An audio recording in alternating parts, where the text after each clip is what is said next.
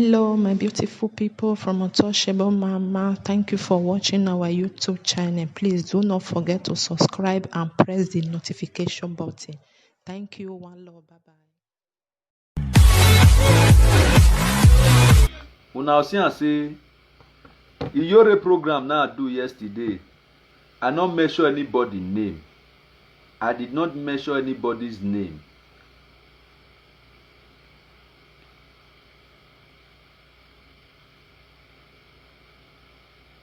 I did not measure anybody's name. Throughout that video, I do part 1, I do part 2. Even my network can't break. I can't do another one again, which is going to be part 2. Now 2 video I do yesterday. I did not measure anybody's name. I didn't call anybody's name. Okay. You say me, I watch you. I don't call anybody's name. I did not measure anybody's name. So I can't surprise this afternoon, this evening I mean. So one of my lovely fans, Nona Mavagbon, they not gonna my you can't send the video. You can't send video come for me where Mama Joy do. I can't reason the video. I can't say when Mama Joy come dey talk, I can't say which time Milakim take do another one again where Mama Joy dey challenge am like this so because of me. Now say I don't understand wetin dey happen. Cause okay, maybe na the first video wey he first do, because he do one video that time. He can't do part 1. He can't do part 1, part 2, part 3 for only we go ahead. No worry, let them say I buy you a smart clothes. You know my brother now. You understand? He can't do part 1, he can't do part 2, he can't do part 3 for that video. So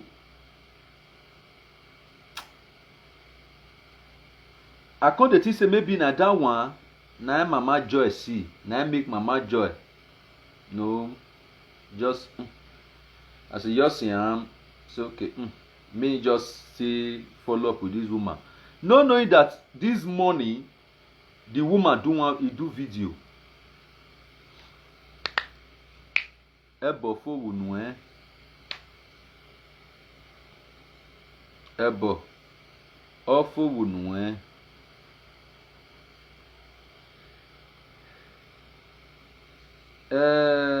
Milakim.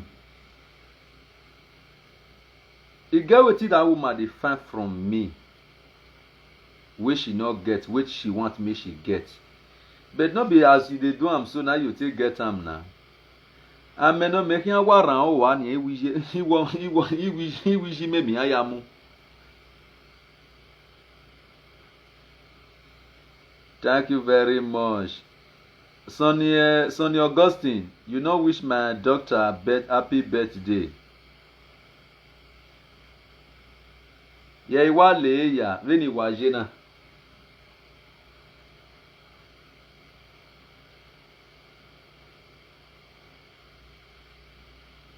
As I your rich so, as I your be so. I can follow everywhere. I not can see babe. Then he will me here do more. Ewe dede here do more dede. Although where ire yebeti e dede ni obi okan ye no. Obi okan frustrating no do your mind.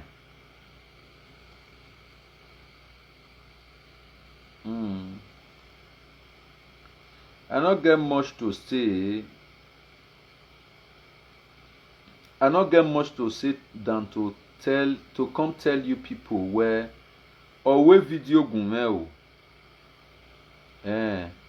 And also in a be one about where no more bogma izobo moma ima. Me no go you do. We no be.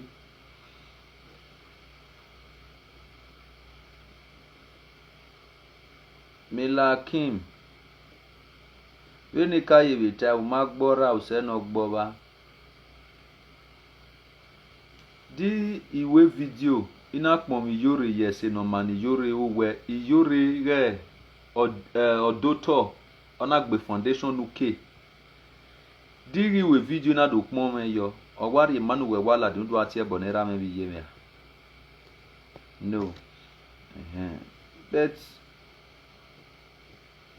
emi okpa ni ayeta mawe ebo ya nu tie ni jeme. Iga kau ijeme ga ka mu ebo gbowe ona mu ebo gbowo. Menu go ga be ka be mu ebo be gbowe na ka be mu ebo gbowe na ka dede hen we yeye. Ebi na gbon mawe gbe. Menu go maka hen we imaka mu ebo gbowe maka ti ebo nuwe. Menu go maka kporu no su gbowe. Ibe we video ni be wu no de ma be sue ni we. Ije me mana ka ti ebo nu ije me mana ka be ije me mana ka ti ebo nu e. Ije me mana be dori hu wo bo we no ya bie me. Ebo ya fefe nu tie.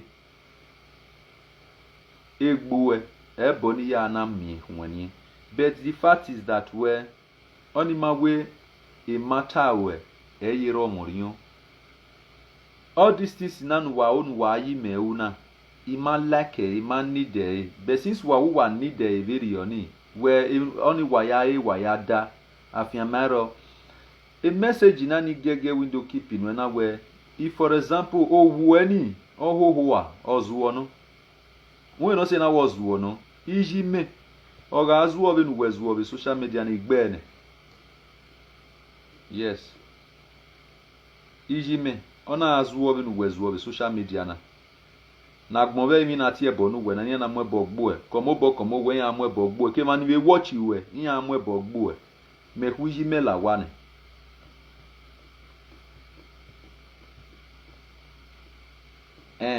eregbe bani ibi me ne gege ne ya re eregbe bani do aka ma we papa eni tani ya we do ya to me na do ba ibo video eregbe do aka ma we papa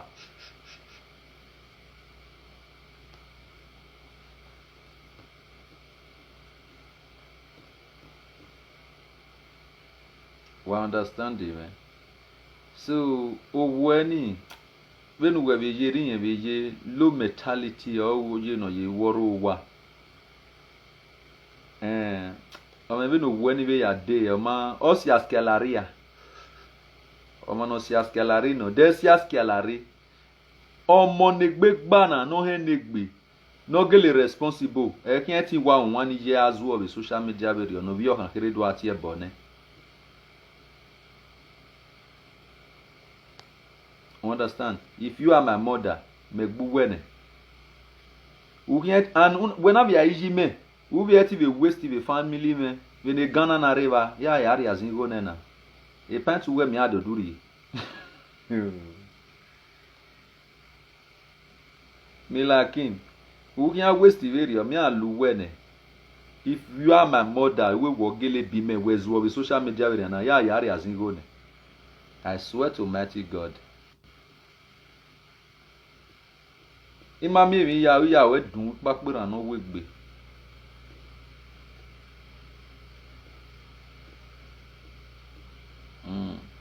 Because when we are gbona you are a wasted property.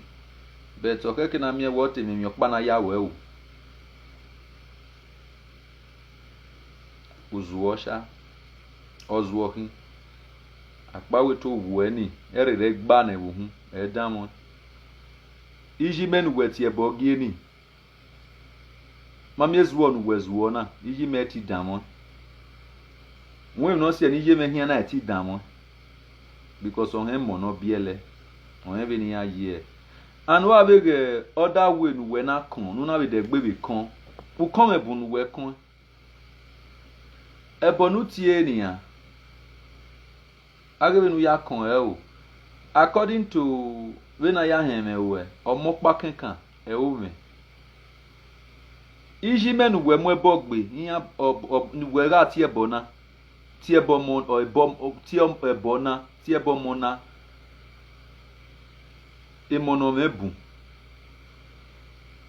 menugo we are ti ye bo gbe mewa ban iye me magbe o magbe beti ji me na ya tie bo ona gbo mo pa ke kanu we me ni wa wo ma be gu gbe ne anu aye beri agban ri abu ye be gbe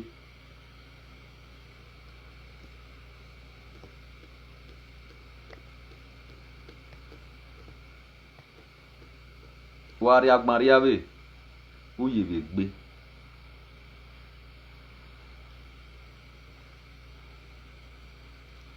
obi ọmọ pa agbon ye no we bi ọmọ pa we fi wa gbon we ye ni e o agbon ye u we ye wa ma no ri wo pa ya gbon na ri wo pa ye yin mi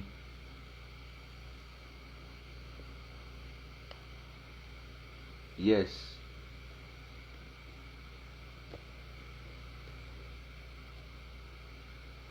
anyway sha we me value ama we to we value omo no we bie egbo omo no we be bie ni nia be wu we be so ma because who ho a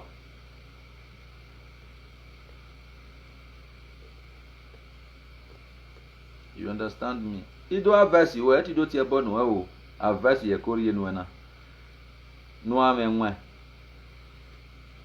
from the beginning in my no ya sun social media no yare from the beginning when you started this social media e okay tie bo me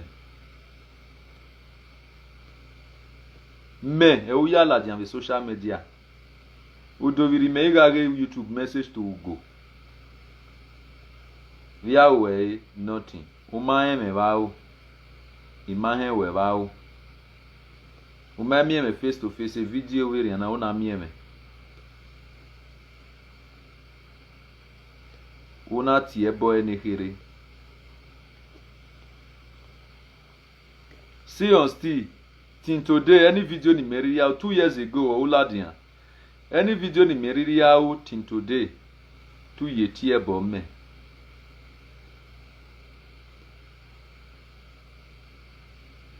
enwe mi ni matchinya iriwe video ina tie bo ne mo fi face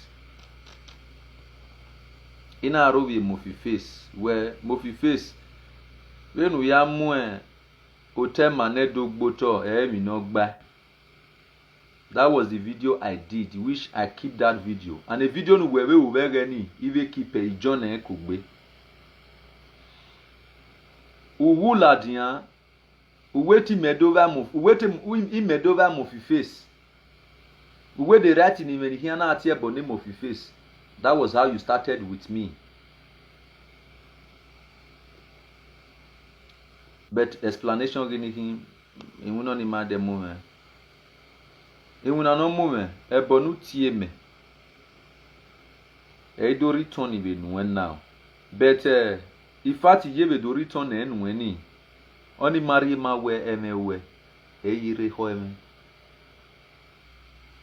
Iyo ma no kian wo ma mi ya do awe e o no I me do wo ma mi bet I me tamo ma we a wo mi I ka ma we ya wo mi bet I do wo mi ni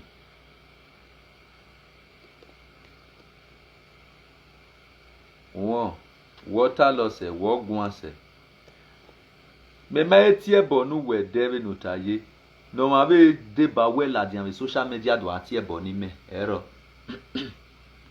na we tie bo ni menia osaru iha ni ladian ve na pa do tie bo no ya we tu ho a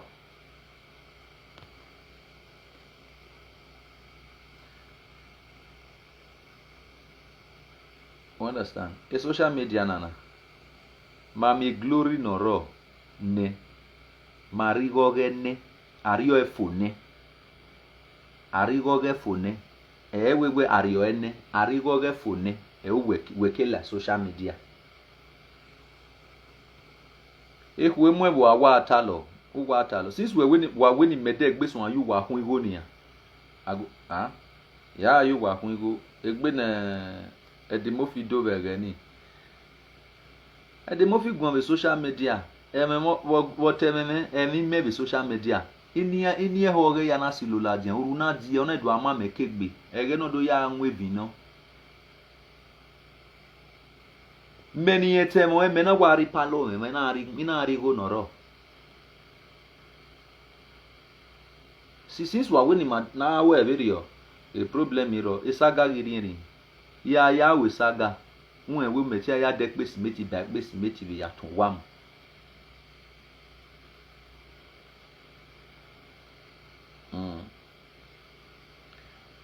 we wazuo wan get to wazuo that is it we mo bo han gbon so we to wazuo magwa le gbo na mi magwa le saga and wish no one we na ri ogo ni there is how you will talk no man na ri ogo nu even obi o kan kire there is how obi o kan kire we talk no one ri ogo ne.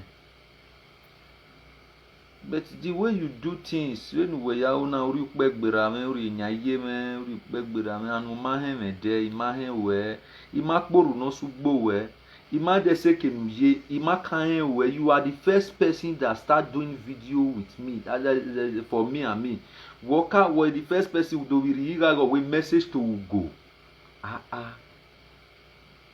2 years ago me kana ina we video pa bege ina we if there is something you want something from me, let me know. Tell me. Dem ni ati you ni kama we are ati we. Dem ni ati you ni kama we ati we. Why all these things? Mani bie kana agwalikin mana wa dolo. Wane ni wan na de gbe asire wen ye wana asefu eyo. Wana ahire yo. Wana atwire you we. You are the greatest devil. You are the greatest devil and you are the real devil on social media. You don't want us to have peace because we do. Afcast to him amwe ko do do. Wo mo ne sagen do bie you are a mixed blood.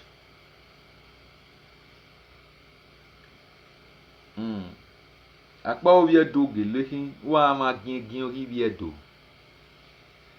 na mi we be ni masola diani we esaga na ni maona mama ni de you keep it but we ma keep since we were need de we saga we yari rai afia maro we ni kaye bi ka madam igila dian with social media do challenge you we do anything with you we continue doing whatever you want to do. But promising I promise you ye promise you if you worry if ni promise you ye promise you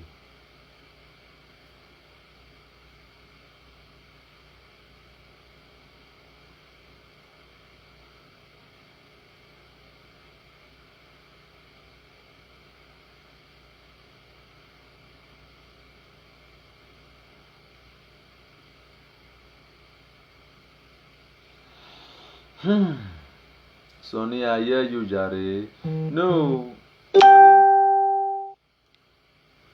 Sonny, I hear. I just say me I come quick. Me I just quick come drop am for am. Me I just tell am say man. Make she go learn work. She need to learn. Oh my man, Emma. Ebonu wona tie. Ogbagbe eboni era ati ni me odigbagbe na wawa ge bono mana gboga ati ni obi oma me maka ti ebo ne ona ti ebo ni ye me akpa ti iye ye meje because when iye je ni me di iye ye meje but today ye me meje ogun hin ye bi gbiye ni lawoto but ni endeto ona ya meje ije ni o deserve na fi boyo odu abu do ewo hin if your boy you that is who your boy would do or who you need so who would do latin iyeni because who do down abi egbo mo bere mona si obi o ma na gbon Wage bonu wona tie.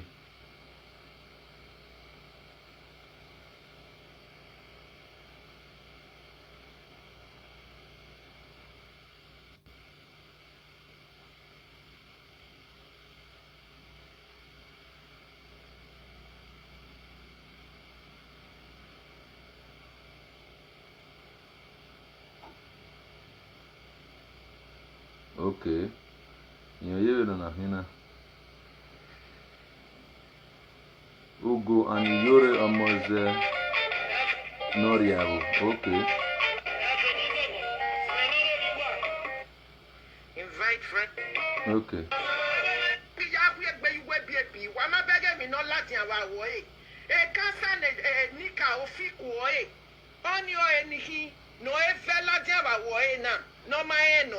Even so no ana imi ekadari ade ni oko no sun gwejeje no fi ana gugo no fi agbe no gbise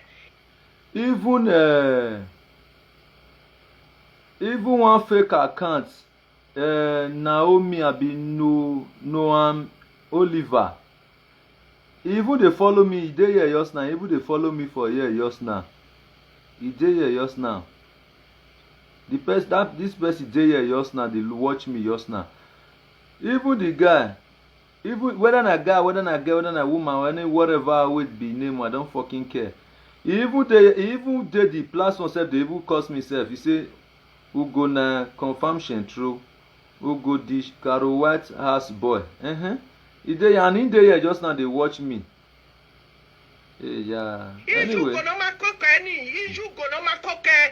no buana gbijugo gege ni jugo yulu lela iri no fiyahu no lori ari ni baba mu jugo ao no bu gbijugo gege ana mi eni ona wetu ame gbiye ogun ame kin agbiye la imi ni agugo gege 300 euro ori ya no gin oba o yijore no vi omoze no gin oba 300 euro e ugogi wose memeji egbe o magi mi go ya so wa agbon ri agina agbon kulogina agbon kulogberu go ugo na mo na muria ugo na makin omo ugo na fi awegege no lori ari ugo na oju nwe bie kwa imi egege ugo na oju nwe gbabanire ugo iwe tu aju nwe bie kwa imi egege unwa gwa ya bie ugo ulolo aya la imi ogun oga gbuwe ebo panya ni jore gi emu gbogbo pom ogin opoma ya fe wo chona dogo iwo oga gbuwe gbisuwe ebo panya ni jore gi emu gbe dadoge no gi emu gbe opoma ya wo to edoni ihan gi yan ogome ebo ni ya fe iwe no ya si ejiju ogwa eboni ya fe o ya si ejiju ogwa ajela la nwa meju oko ogun ba oga gbuwe ogun ba oga gbugo ogun ba oga gbugo ogun ba oga gbiju go gege ogun ba gun ri na oga gbiju go gege ijo na nwe be kwa imi ogun ni side we no ya nwa rejiju o pe kusu ya ogun ni side o ya nwa rejiju o he no ya bie igba ho no ya bi gba ho do mu fi agbongo age gbagbon na we gbe oho who are you lula imi egege no who are you who gba banere who are you who gba banere who wa ya bieku who egege no go iwa nuju who like nuju lula imi nuju who bieku imi nuju who bieku imi asisa no mo pe oga gbiju asisa no mo ko oga gbiju ogo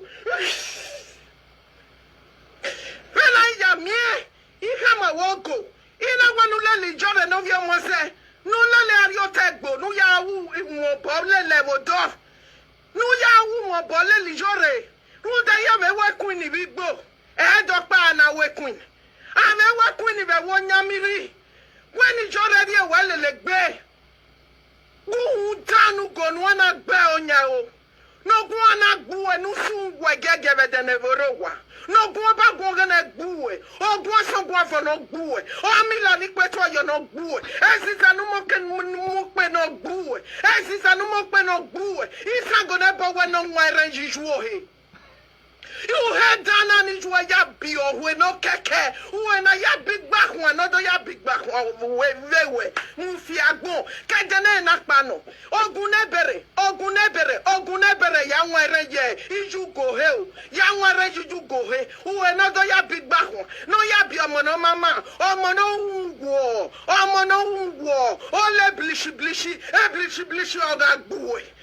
Blishi no blishi na karo white oga si kansa no ga gbu egege ululu aya line you go kansa oga gbu blishi o karo white oga si kansa no oga si kansa yo wa ipikolo no muhia no wo ekia blishi oga si kansa yo wekia u don fia wugo ululu aya line ogun ba goge na ogbu aga gwere gbe mi adawe uwa wa gonurena uwa netu wa wa maso ogun ni sidi ogbu ogun no ke ogun nebere esu no kaigele we no gbiju egege oga gbiju ululeju ya fiabu iju afiabu iba bo mu ju ogun no ogun ba gongene oga gbiju ogun so gun for oga gbiju ogun so gun for oga gbiju ege beje no do mu do ya bi o meme no na do big back one omo na muri ave kuje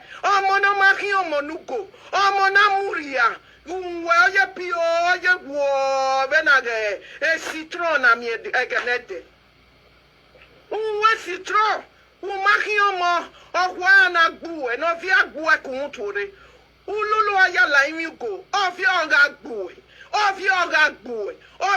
gbuwe elero wo yu eko kuweke emeba si jore no vi omoze ya sesese igwogun oba oga gbeluwa emeba si ni jore geti emeba se ki abuwe ogun oba gun oge na igwe na gbeluwa site wo oga gbeluwa o esata water oga gbeluwa ema ni jore no vi omoze no riaibo geti emeba si ya mwe onome Panya no megi etie na ni sanya ya fefefe kiye kijore no vi omose ono me no vi obo enwigadu panya inu wo etie upa we oga doyo aga go de gbe mi anta wo vi obo ono me panya inu wa vi jore no vi omose gi etie ne ma iwogun oga du agbe de gbe mi anta wo pu wa oga doyo uwa ga do yo ba gbon uwa afiyan bulu le wa ya la yin aga go gbe mi aduwa jobo wa gbewu wa gbe gbe ti agbon ari abe ogun agbuwa oluwa da o wa la je o ga lije ke lati ogun ni sidi aluwa da o wa la je o ga lije ke lati eri okin aje isa go ne po wo ga gbeluwa kema ni jore no vi omo se ti e me pasi ogun oba o ga gbeluwa ogun oba gbogena o ga gbeluwa ogun oba gbogene o ga gbele me pasi jore emi kemi no gi ti e me pasi e ma ni ho ani jore no vi omo se gi ti e me pasi ogun agbu wari ona ga gbu wari abe asigide no ge bo ga gbeluwa ayele la ga hu ameju wa yeko sort of water oga gbeluwa o sati wo oga gbeluwa ogun oga gbuwa hey uwa ya do fiagu uwa lori ari uwa akwola korie eken wa se no ma kama no giti egbe jore we me pasi jore wahin egbe gbona ga gwere gbe okuwa ulule gwa ya laimi ukpogbona tena gwaga mikpona ugwa asuhu ogwo ugwa aju ngwa bekwa imi ugwa asuhu ngwa gege denevero ogun agbu waria no ga gbu waria bi ogun na me o ga gbeluwa ekene me basi jore se ekene rame ogun ogbuwa ekene wa mo sota water ni ele my do ugwa yaga lori ari kugwa ke sota water kugwa ko site we ogun oga gbeluwa ogun oba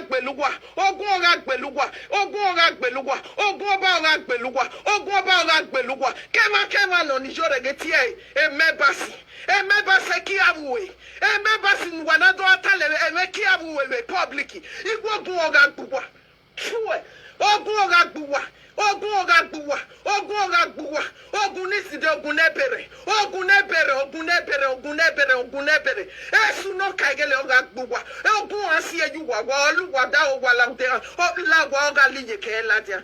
Gege no. Uwa yaga yuwa gbabanere. Uwa ga yuwa biekwe imi. Eri ohin ayenuwa. Ruda well tested. Why ya kami jore when audio tegbu. Igbo meme queen. Igbo me queen. Dokpa na we queen. Dokpa na we queen mother.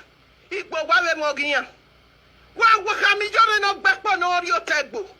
Wa waju wow. Ne sata wata na gbeluwa. Ne sata wata ni kiana tino kwa wekpe kusuwa. No natine kwa we cassava wa na gbeluwa. No guana gbelu wana do have vene preference wa ya why. Vene preference wa ya why. Va do social media. E meme aga ya ogwa. E me basi jore ya fefefe o. E ken wa second wa na me. E mi kemi ni jore no via mo sagiti e me basi. Igwaga we gbe mi adu wo lule wa ya leyin. Ugwa akwola kworie. Ugwa akwola kworie. Asi gidoro gi obo ga gbeluwa ebo panya inijore gi ti ebo gi e me nijore alado bi jore vai bo wo to agbona ijore odoba to ebo kebo no ro to edoni ado bi e va hia ebo panya inijore gi ti ebo gi e o he kebo bo nijore gi mu ebo gbe kebe bo panya inijore gi mu ebo gbe no gi ti ebo gbe o ga gbeluwa o Oga gbeluwa oga ya sie yuwa wa. Bo panya inogiro to edo. Weno ya sie yuwa ho wa. O he wo bo ya fefefe ni giro to no edo. Ni jode gi popo no gi eti ebo gi. Ohwe ho ni ya fefefe wo bo ya fefefe. Oga gbeluwa. Emi kemi wati egbugwa ye mebasi no mama wa ya na lord ya gege. Esata water oga gbeluwa. Esata water oga gbeluwa ega we gbe mi opo ma wuwa waga nwame oga kinwa mi egege no ulule wa ya laimi ame kadena na pa waga nwame koma no gitie mebasi tie gbe mebasi jore no vi omo se no riaru iwu waga nwame kadena na pa ejedo wetoga kinwa miame enika wetoga kinwa miame enika wetoga kinwa miame enika wetoga kinwa miame uwaju wa bi kwa mi uwaju wa gbabanire esisa nu mo pe o ikuwa ke gbedanu wa ke la dia ya fefefe ogun na me oga gbeluwa ofia oga gbeluwa okwa oga si ejuwa wa okwa oga oyuwa ko waga gwe gbenwa me kedene na pa okwa ohia oyuwa ko ugu be mi awon fi wai enika okuwa ya fefefe ejedo ikuwa ejobo wa agbewu aga gwere gbe mi aduwa wa gbon warena ogun ogbeluwa. Let me enter my number. Please, if you know you can swear, I want you to call in. Come and lay curses upon lay curses on Ugo and lay curses on Ijore no riaru. Ijore no gioba no riaru. La go no why gi egwa wati e bobe mana ruda ima ya vio bo gwa na da Ijore no vio moze kage ade ami o mano gwa ai na mienia Ijore no vio moze we he ya ga 300 euro ni ya hia na ya miewe ti age to aju nwia nuya ya ro ko ro ipoki oye we ni ma ya na vio bo gwa o e bo panya Ijore gi eti e bo na redo. Oh, Ijore no vio mozeko. Ijore no vio mozeko. I got me up that way. Who argue on your toy me? Who better bet the agon? Who better bet the agon? Ogun ofia yegbo. Ogun ogagbu. If you don't make puro no subo, Ijore no vio moze. If you don't make hama wego on a biya. Kemi, no go jemi na ni yaka. No, I na ya filigono, ya scamigone. Uyago ya gbele yao why who what to fear area do eva enu why mo area do the next time me came no when ya uye do o ma come no gie no jore no vi omo say wasi that ehi agalari accident ehi agalari accident oga gbele come no guy mo trailer na no guy mo mi came na when no mo area to edo no ba waje igwa accident wa ya lari accident wa lari wa ho la hori ogun ogbu ogunje ah kadele na gipano o ma kama no giti egbe meba si jore no vi omo se wa wenu were gbe si oni oge baba ve kanu na tie ni jore no vi omo se igwogun na bere ogbu onu ni ogun oba oga gbu onu ni ogun oba oga gbu egbenu kere ogun oba oga gbu egbenu kere e kanu we na gi suwe ni jore no vi omo se una wenu were gbe ti oge rima oge baba ogo monoba ye bani wunu we ya ti jore no vi omo se nu we ya ti erima ogun oba igwe no gbu onu ni ogun oba agbu ari no ga gbu ari abi ogbu agba no bere oga gbu egbe no biye aga gwere gbe mi aduwa ugwa ya akwo la kwori wa fiawo kama na ogi ihu wa gi so ihu meme no gwa ugwa so ni no wa so le prophetess of black and white penis ministry ni ogi ihu no emeke men wagita wana gwen wa gwere gbe ti oge baba onu wa ya si won wa ti ejo igwo gun oba oga gbeluwa ogun oba oga gbu wa nu ni ogun ne bere oga fi wa meni ogun ni si de ogun na me oga fi wa meni ogun oba gun ge ne oluwada wa la de olawa oga lije ke lati ogbu wa gbegbe ari na oga gbu wa gbegbe ari ogun oba gbu wa ari na oga gbu wa ari come no di wa kenana ti ogi oba ekenana ti ogi oba gi jore no via mose ekenana ti jore no via mose no riabo we ba ni ehye na ya afu ni erima igwogun oba agbu ogun oba agbu egbare na ogbu egbare awe ogun oba agbu ari na ogbu ari awe ihu aso ni oge baba ni ihu aso ne as that Benin national item o hamamu wa mana pe no ba ye pe no fie wana ya pe no gi oba wana ya tone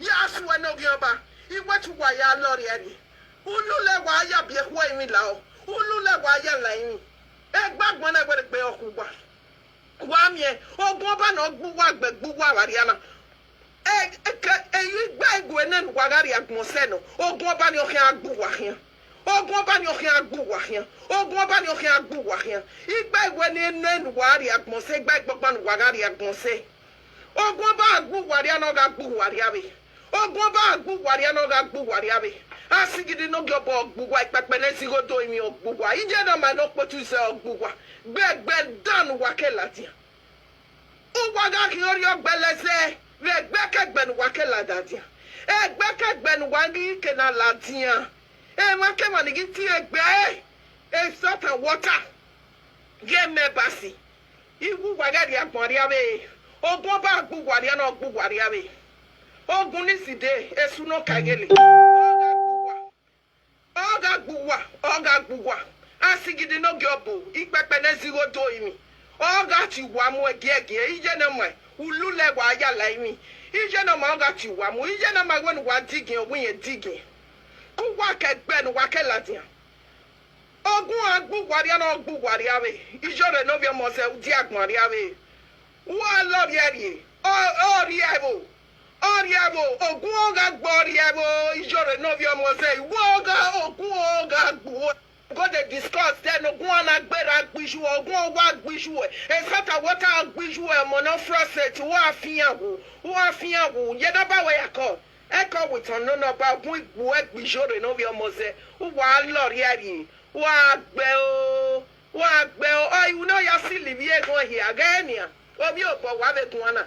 Ono me no ni age no gbugbe ege no fian aguyera bija o ono me no oju lule la imi o iwu no ya sili bi egon ya fefefe gbagbe o tegon ni o ma gbo egbe ponu ari enu ya gbe onu ungodo a bo yari ejo ogbenu ba hun yo to a ye wa oge be no bi onyamiri eni iya be gu egai aria maria be no wa mi eseri igba igbogbon wa gari agbon se no igba we nenu wa ari agbon se wa ni eseri bo ni agbu wari na ogbu wari abi wa gbe o wa fian wo so no un dan ugonu huda ogbu erunda wo were gbedo se na yare na runda memege ni me ya go imi gwa ijore no bi omo se orieru ijore no bi omo se no rieru imi no memege ni me ya go imi gwa so that's why I've been keeping her silent.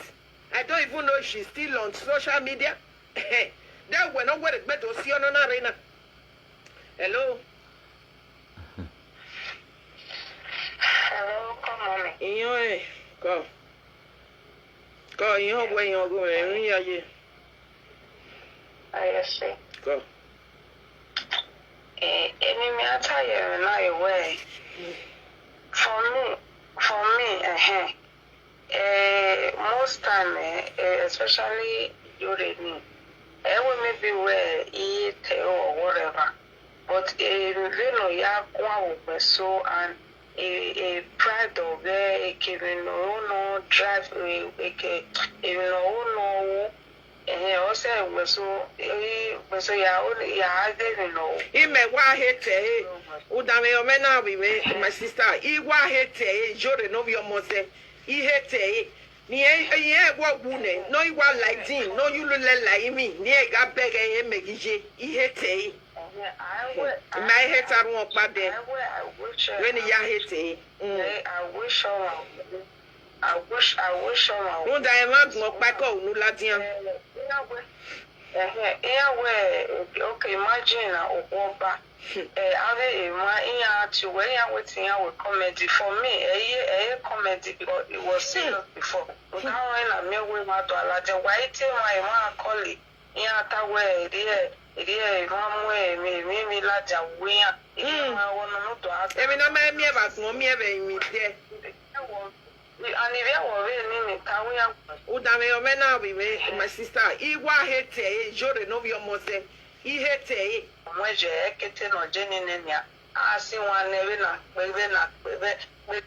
that related to our history, not be Urobo, not be Isha, not be anybody now be new.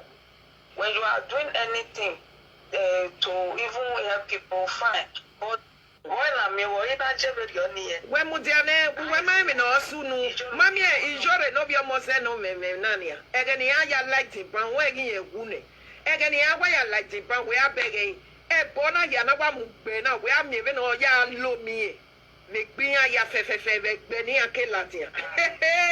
Hey, your paria gbe. Ebo kutuku, eboni redo here, ebore, ebopanya, ienui, ewekwanka, ejoropa, ijore awa lighting, one me no ya lo me, make me a yanike, nigi me opake, me opani agueu. Erio hiaje. Ogun ọba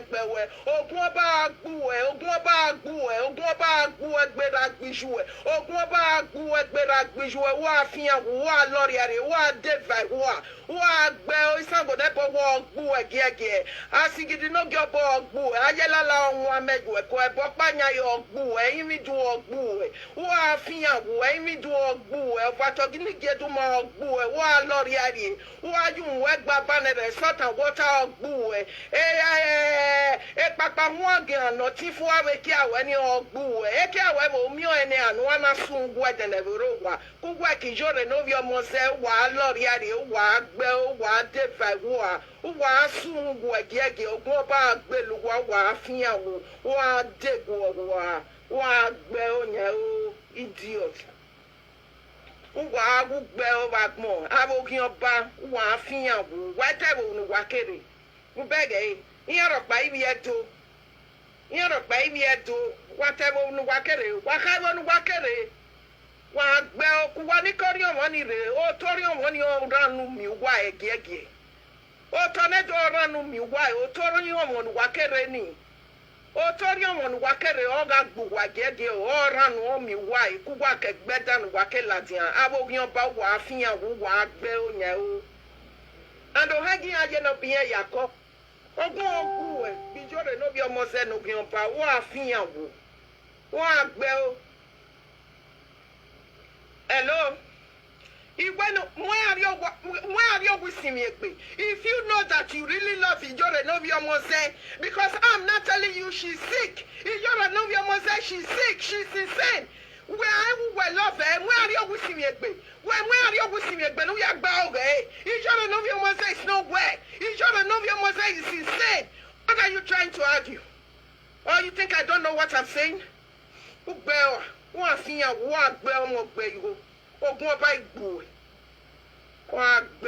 Idiot.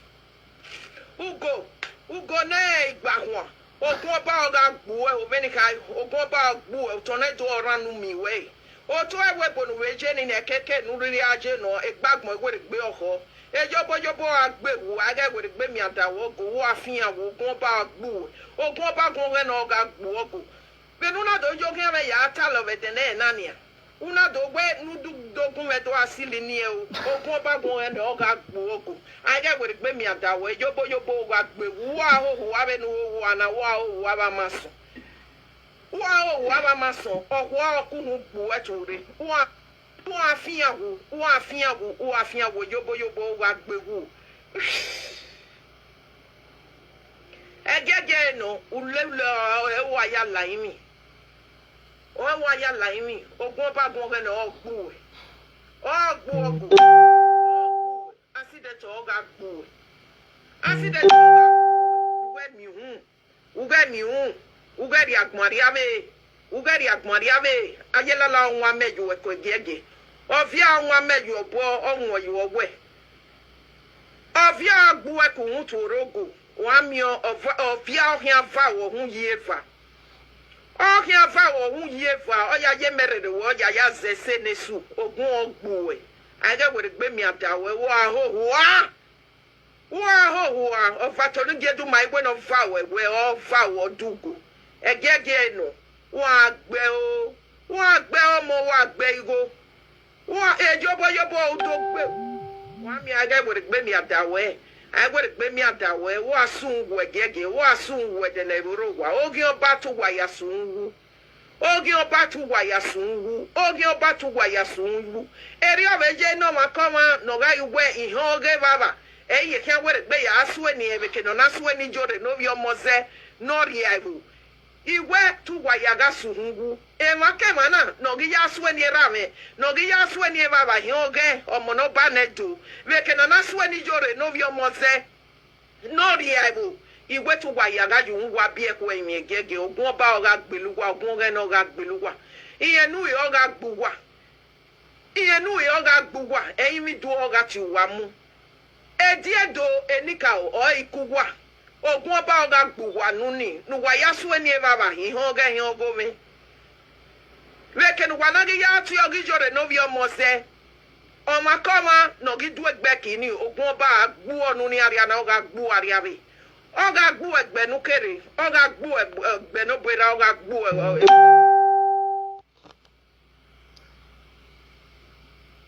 amen iwon pa ni mara so vere ni iwon ni ebo ya fefefe no tie iwon ni ekin ya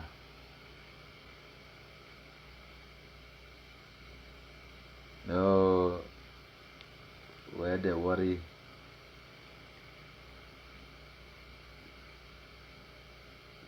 Senior say call your mother to Lagos on her in Imo State. This kind of woman sacrifice for witches. Yes now. I mean this a work because I take no. Iwon pa ni maso vere ni are boya no tie na ni are ya biegi wish ye to be yin be understanding one ni owe ijelo ti je ti le wa ewa ode láyé wa àṣẹ o baba ijelo ti je egede aredowe Inwene ti wen ti le wa eran ode láyé wa Inwene ti wen so afian maro no be video na wa ti we guys obo wa won ebobe wa guys ekenoje ebo ya fefefe no tie ni ya fefefe ohun egbo every family ore ohun ya fefefe ri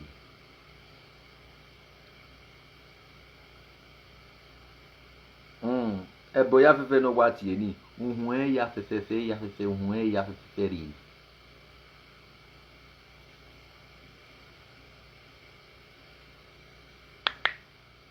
all of them anyway sha ikaye beta sina we o ma bere na ga yi meme yari azingo ne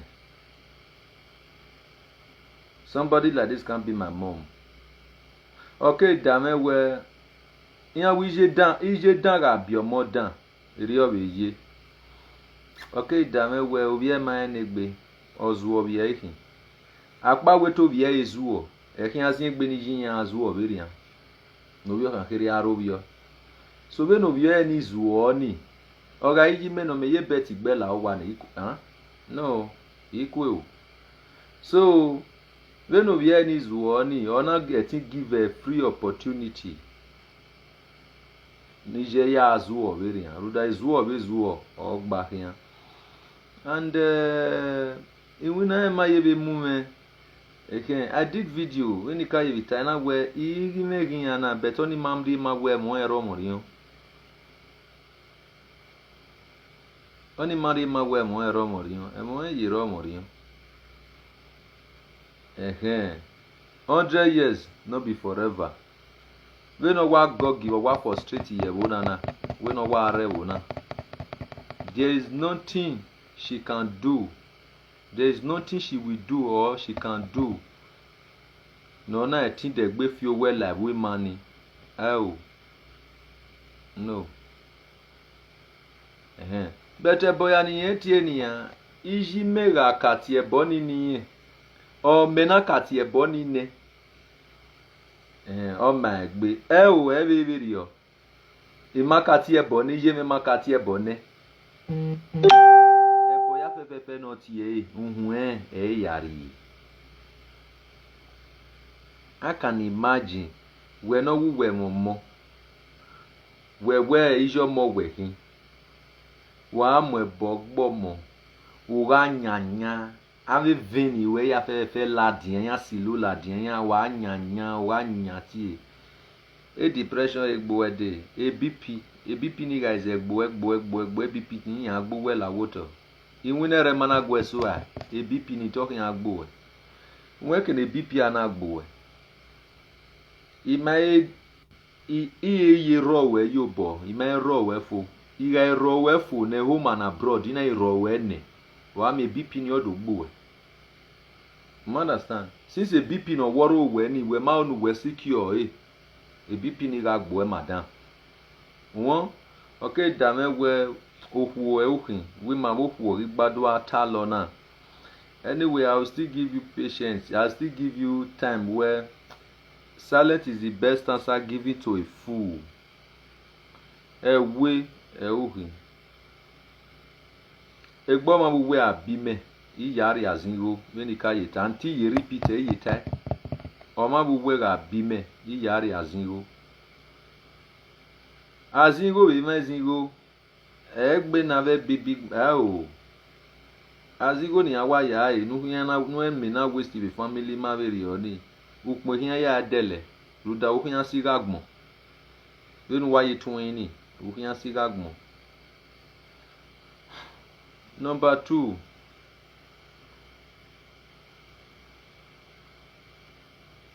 ima blame iwe o ma no gi ore e blame.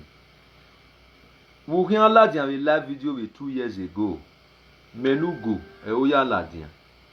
Ima swe ni we. Ima hen we de. Ma we maka hen gbe de. Udowiri yige be social media message to Ugo. Via ibe uko ave na hina udowiri iruwe yasunwe. Ona sunwe garo bi eme ami me panu mata. Ami e bokpanu mati eme. Be we do ni wege ni ima hewe igwa bege uze benu gwa bia zuo na ruwi azuo uze zuo be na zuo na be zuo lawa so be ni be ya uwe bege ni ria be ya uwe na ege ni me makaterere ho we me na ya you we o iye joy mama joy I can't go to utete me na ya yin o utete na we utete no ni utete ge mi mo re ba gbon ni utete you know kokomo ge mi mo re ni iye joy ge mi mo re ba gbon me na o riyan or do ni because a voice yana unique their voice all these people we are measure so their voice resemble me na o riyan no mana so ni na rovie mama ege nhu dana or do but nevertheless so lo bana do we say we mana do hen ni awe the different in oro mana do mie ni awe yin nu hu dana no so this same yin nu hu dana na maga etin ikio ni aga etin yo wo boy ni problem ironi one emni uwe nuna tie bome with the beginning uga edota dika tie bonu dika enwe de yeye oifu egbe ina ka bi tie bonu oifu egbe o imaka tie bonu imati enera mati ni yue ma he we de makporu no sugbo we wo kporu no sugbo me ije me maka tie bonu ije me makporu no sugbo we una do tie bonu ye me one ovato ni gedu manu tie ni ohin agbo we ora agbo ogbo egbe eyiwe ya fefefe asigidi nu we tie ni asigidi ni ohin agbo we o igbo ogbo egbe no idawe woriyan ya fefefe o igbo we since we obi asigidi we hin ekenuwe na asigidi ekenuwe na lasigidi ekenu na la oni o ma no ri we lasigidi okekenuwe na la o we ga eredota bo segene we making we ri we ma emi God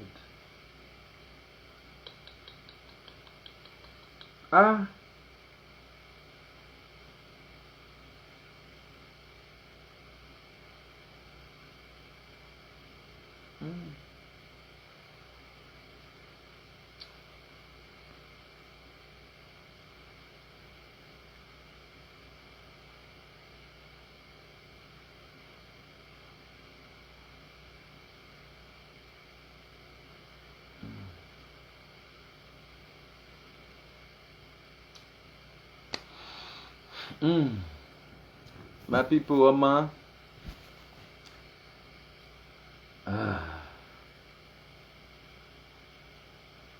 mela kimi o ma gbora o se no gboba o ma gboba una gbora uwe una ti ovia una ti ohwae ovia nu we ti eni ovia nu we ti eni wo hwae nu we ti eni ohin agbo obi gbo egbe no dawe woriyan ya iga ka ti ebonu ebo ya nu tie ina ka hen we yeye ina ka ti ebonu yeye ebo ya nu tie na oso me gbe o imaka hen we de imaka ti ebonu udo wiru na do ti ebo me imaka ti ebonu ima hen we de una ka ti ebo me ebo ya mame ovia nu we tie ni ovato ni giodumani ohwae nu we tie ni ohin agbo ora agbo ogbo egbe no da se ani no ku hewere o ya save no ku nu were understand it man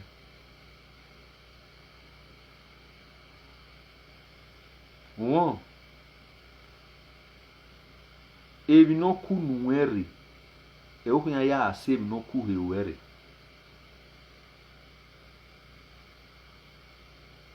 sorry ebi no ku hewere o ya save no ku nu were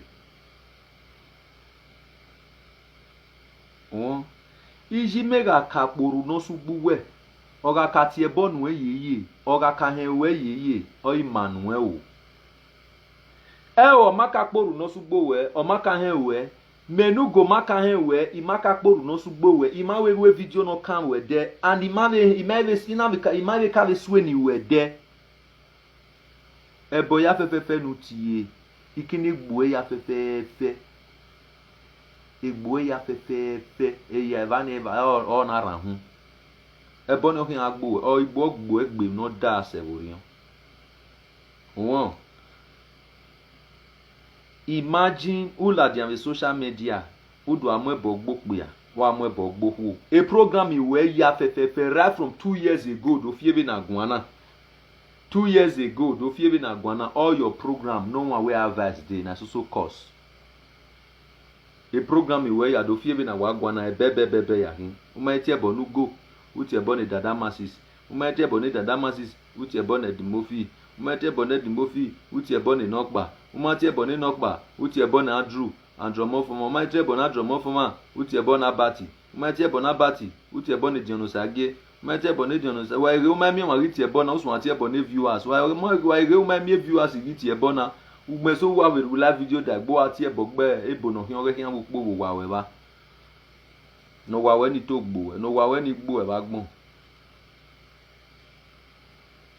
o se o no ma wo se ebo ya no tie ya fefefe ehun e ya na ra hu no da tu zo mo hu popo imame ni we mari we mi rokpa di wa le ya wi gwa lohu hian we no taye we ri gwa lohu ni hian ga zo se we no taye o ma be milaki mi na do bo agba le sugar mo mi ni mi azo se e o ma be sugar e ma be milaki o ye hunye because a profile a picture ni me beg be profile a picture ni me beg be profile yen a picture ni me beg be profile yen be manania o ma ho ma no ma bi me o egbe me be pagbe egbe me adobo be pagbe sef mi alobi e ko na je te gbo ogu na ona I don't know oho an e be ha ena oho e oha na be ha ena no we alobi e ke na e krokro do mu no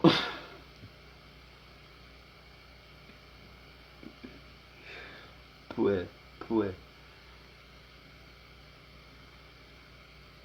So anyway, in when I might even moment, but the fact is that where my people when you want to come one year where it time in India where iri wona mi imalake iri retane a video ni uno de imaswe ni o ma yo but now wa bere ni awe oku na ye do vulo melody no matter how it is when oya vulo melody say nia ma maybe ni wa we kere na iri ya we wese but the fact is that where in here way only marry ma we wrong in mind only marry ma we mo e wrong in mind so always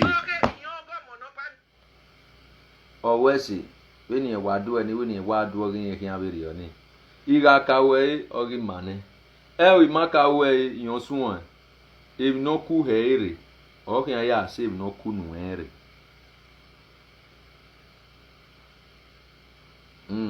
ama no ho hu ni no tie no advice area ya gbe depression oma frustrating area ya gbe ni ya egbe very na oma ya maybe ya tie but nevertheless not frustrating when oris was throughout a video ni una na the video is about 1 hour plus 1 hour 50 minutes the video equivalent to 2 hours the video hin aru eneke kan oga watch e mo ni bun e ti an watch aru eneke kan comment e ma ni comment yo ni ti ebo niyen ni ga ti ebo niyen o bun se we no do video remania not ebo ni mero how can you be doing live video insulting one person aru eneke kan watch it well Menu wet ye bonania. What is the idea of the time? Uno go to na.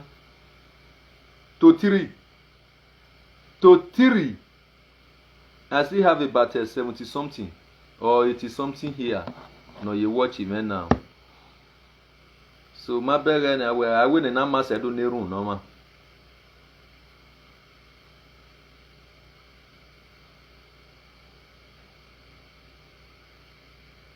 We understand. Anyway, we work ni. Edagbe mi la kimi ya fefefe, edegbe mi ogogo. No, edegbe mi ogogo. We no wa una. We no wa jena. Eri owa ye. We no wa oho na eri owa ye oho. For our life, edegbe mi ogogo. Ma me no wa vano tie ban. Wa. Eri owa vano, na so van. Na so vano na go de vano. As you dey make wa just now. Na that wa na go yo wa. Eri wa edegbe mi ogogo. Ogaze silinie ho yememe oiwu. Okay now, I have round up, so I want round up, so me I will rest. So I just say me I quick tell us so man, silent is the best as I give it to a fool. But that one not me so man. I not get time for mind. Iye mo we hot. 100 years not be forever. Iraka we o eboya no tie ni o iso megbe. O imaka we eboya no tie ni egbe o kiana room o kiana rahun. O egbe ya fefefere kin ke generation ge. Ikasi won pa na ban. Ina we ijelo ti je.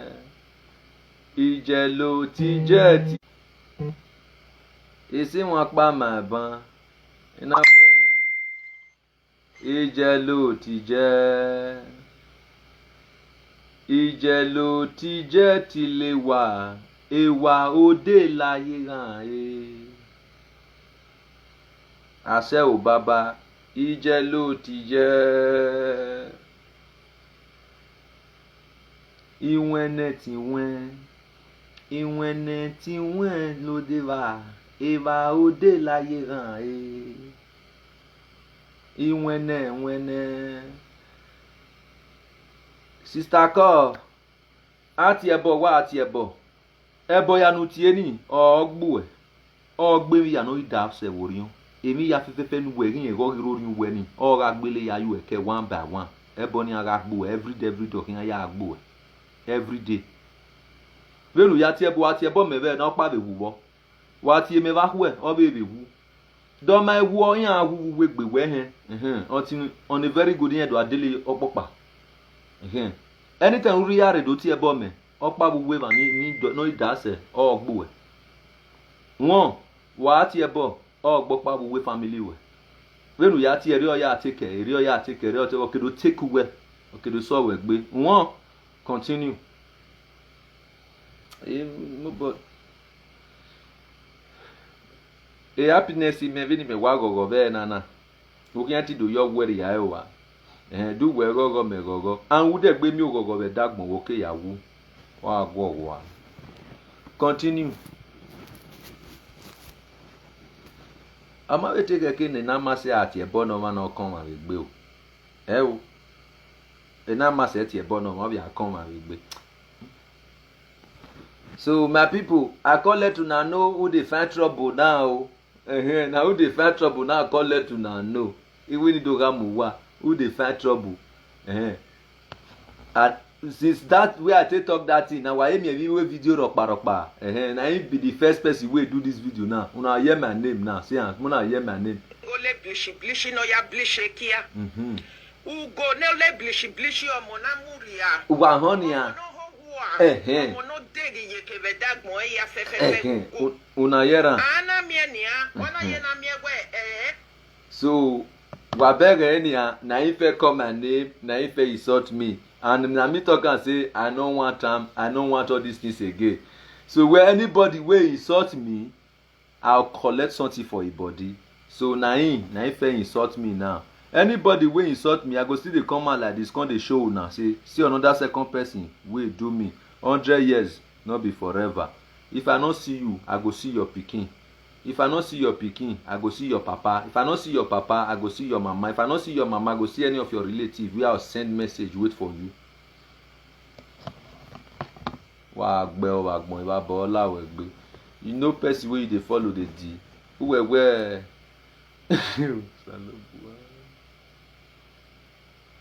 anyway, sha, sister call. Iga kawu. Ina kati ebo nuwe ye na kadobo henwe. O Manuel. Ima ka henwe ye. Woka son ati ebo nugo. Ovato ni gedu mani ni. Ouwe ni. O hin agbuwe. O hwae ni. O hin agbuwe. Wa ge boya no tie. No hin ti gbe mero. Uga wo hwae. Iye kan hwae hwe. Ti gbe me. Uga be wo vato ni gedu mani be no. O vato ni gedu ma we hon yi. Eni na ti ebo ni we ma hon. Uga wo ni be no. Ayo we se. De bobe no beti ona we wogun na meban. Ogun gbogun metu bi mo wa ogun na me. Ma beri hin awu.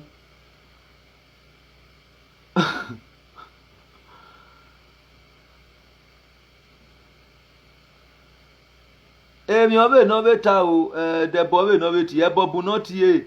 Ebo ya fefefe no tie ya fefe boni ya mo wa nya ya. No what ni. So, uma bere de body here ti gbi meni ya.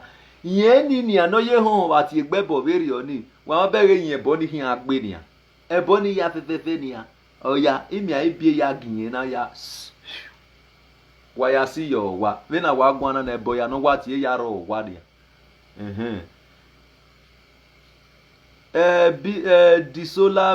Bipolar disolar bipolar. O me ni ati mi ameni. Ya wo wore won pa trans won pa mi ki aladian be nwe na ya no mo nwe. Bipolar disolar bi disolar. Va ti mi amena yi. Oh. Bipolar disolar abi how do they call this thing? Bipolar disolar. Disorder. Bipolar disorder. Now they worry am o. Now be the sickness wey they sick. Oh, igbo ede. No aya ko relax iwo wa no e ko anwa me no awo ede no awu. No e ko akpe won Richard Ugi agbe. No ya anwa agbe. Vege na ni ave no ve ni yegi ni we Richard Ugi agbo keke ni yi agbe. Agi mi wu imi aye. Tiga imi anegbe me ro ma. Igba imi apa mi wu imi aye. Eyin hin ti akpe na. We ko to ta no e ko de ko kikegbe ba. Ko ki no wa ko ogbe mi ameni. O we ko do kegbe ba. Wa afin ko ko anwe ko. Den we ko a Ave na no we wa do na we de gbe worst in the situation. Anu ma unu to. Anyway, na you know. We ko mu nwe Richard Ugi agbe yo. Usagi ma bi wa o we ko adam e ba. Understand? It's better than having na no we do na. We ko to tawa refresh egbo e wa pe nwe Richard Ugi agbe. Wa so papa zigala o. Ni mo sa do ga si. Eni o ke we ga so now we ko to ta kegbo e ba we ko ari e fo wa aye ko ki top e. Benu we chat na ni wa chat wa ti e bo na ru won pa. Wa mo e bo gberu go gbiju go gbetin ugo. We na mi weru okay ekenu we ri o ki ko wese okay ka fu enu we ri wu. Me I leave you.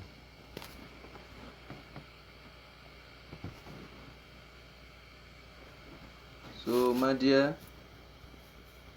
Mama mi ni we no popo meba. Mo.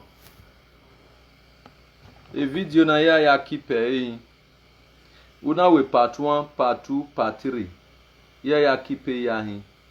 Egega ibe sene. Ya iga no we ne. Ya no we ne. Then iwe ni bi agbon be dum me bi ano we. Iwe ni bi agbon gun me no we. Enwe caterpillar.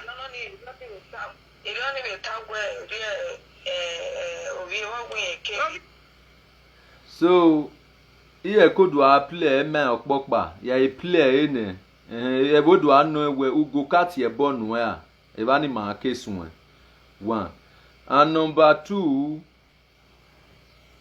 owe ijore ga 300 ni ma ijore ga rigo me orifu emi la kimi egbe ebo ya no tie ni we no so me egbe o ijore ma rigo me ebo ya fefefe ni no tie ni ya fefefe egbe ya na mume ogbe gbe mi ya fe no da se borion e no ku heire o kan ya save no ku nu ere we boni agbe ne ani ni no ku heire ne boni aka agbe.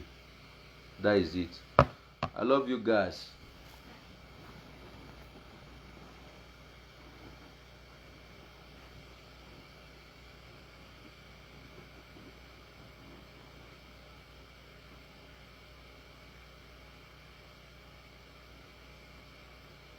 Yes, na cook and fata. You see they cause they bring away that thing. Again once all those way post way not the let person they boss. If you boss and you know they bring water, small post where they come out for head like this. And you think say na rash is they strash, go they strash. You see where some people go wear with one like this, they go they strash head like this. And so they naked like this. You see they cause you see they bring that thing.